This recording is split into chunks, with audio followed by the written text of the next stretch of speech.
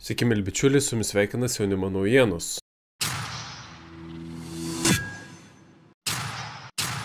Norėčiau padėkoti visiems, kas prenumeruoja kanalą, pasidalina vaizdo įrašais, jūs pakomentuoja ir paspaudžia patinka, nes tai yra didžiausias paskatinimas kurti toliau. Susikūrėme Jaunimo naujienų anketą Patreon platformoje, tad jeigu norite ir galite prisidėti prie laidų kūrimo mus paremdami finansiškai, tapkite Jaunimo naujienų laidos sekėjais Patreone. Taip pat prisidėti finansiškai galite tiesioginiu bankiniu pavedimu, pervesdami lėšas į banko sąskaitą, nurodant mokėjimo paskirtį auka. Nuorodas paliksiu vaizdo įrašo aprašyme ir komentaruose. Studentai kyla į kovą, tik tada, kai patogu ir tada, kai leidžiama.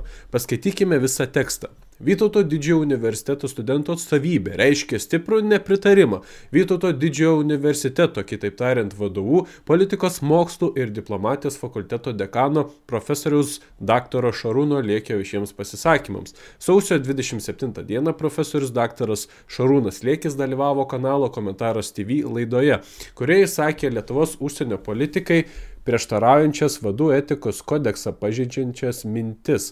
Manome, jog teiginiai apie santykius su Rusija, Baltarusija, Lietuvos politiką bei krašto gynybos finansavimą yra neatsakingi ir klaidinantis. Tikime, kad akademinė bendruomenė privalo ginti objektyvę diskusiją ir faktų pagrindų paremtą analizę, o neskleisti abejotinas interpretacijas.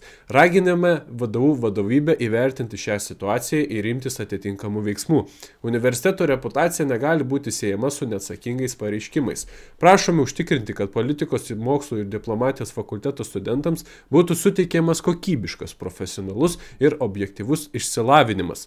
Nuo pat Rusijos karo prieš Ukrainą pradžios Vytauto didžiojo universitetas ir VDU studentų atstovybė reiškia nuolatinį palaikymą Ukrainai ir jo žmonėms. Todėl toks požiūris, kurį transliuoja politikos mokslų ir diplomatijos fakulteto dekanas, nėra priimtinas ir prieštarauja universiteto puoselėjamoms vertybėms. VDU studentų atstovybė laikosi aiškios pozicijos. Dekanas, kuris nesilaiko akademinės etikos ir skleidžia abejotinas idėjas, neturėtų eiti šių pareigų. Gerai, pažvelkime į šią situaciją iš teisinės pusės.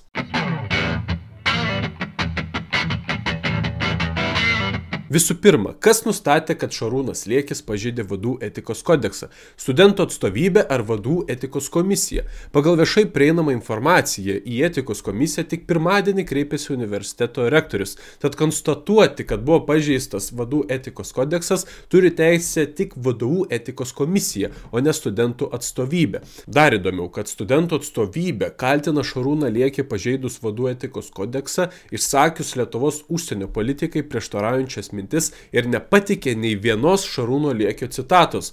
Išvertus į paprastą kalbą, žodžiu, kažką jis ten pašnekėjo, patys susiraskit, o geriausia, tegul pats Šarūnas Liekis susiranda ir pats save nusibaudžia. O vyšnia ant torto, studentų atstovybė teigia, kad dekanas, kuris nesilaiko akademinės etikos ir skleidžia abejotinas idėjas, neturėtų eiti šių pareigų. Tad studentų atstovybė pati nustatė, kad VDU dekanas pažeidė VDU etikos kodeksą ir patys studentai nori atleisti jį iš darbo. Beprotybė. Ir ką reiškia skleisti abejotinas idėjas? Čia pasakyti kokią nors idėją, kurią bent vienas žmogus suabejos, o ar įmanoma pasakyti bent vieną idėją, kuri nekeltų bent vienam žmogui abejonių? Tai gal tada reikėtų visą Lietuvą atleisti iš darbo, nes kiekvienas žmogus yra pasakęs tokių idėjų. Manau, kad VDU politikos ir diplomatijos dekanų reikėtų teksto autorių patį paduoti į VDU etikos komisiją, kad jį vertintų, ar galima viešai, jeigu nebuvo VDU etikos komisijos sprendimo, kaltinti VDU politikos ir diplomatijos fakulteto dekaną, kad jo žodžiai pažeidė VDU etikos kodeksą ir prieštarauja Lietuvos užsienio politikai, net nenurodžius nei vienos dekano citatos. Apskritai, tokia studentų atstovybės žemo lygio pozicija nestebina. Prisiminus vadinamosios pandemijos laikus, kai studentai buvo metami iš bendrabučių, kai studentai elementariai negalėjo studijuoti be vadinamojo galimybių paso, studentų atstovybės tylėjo pačia tyliausia tyla, kokia tik yra įmanoma. Dar blogiau, studentų atstovybės pritarė universitetuose vykdomai vadinamojo galimybių paso politikai, kai tarptautinis studentų susivienijimas gynė savo teisės įvairiais legaliais būdais. Jokios pagalbos iš studentų atstovybės taip pat nesulaukėme. Savo vertę galima geriausiai įrodyti kritinėse situacijose, tad studentų atstovybės ją puikiai įrodė parodydami, kad ta vertė lygi apskritam nuliui. O ką jūs, brangų žiūrovai, galvojate apie tokią VDU studentų atstovybės poziciją? Savo nuomonę galite palikti komentaruose. Iki.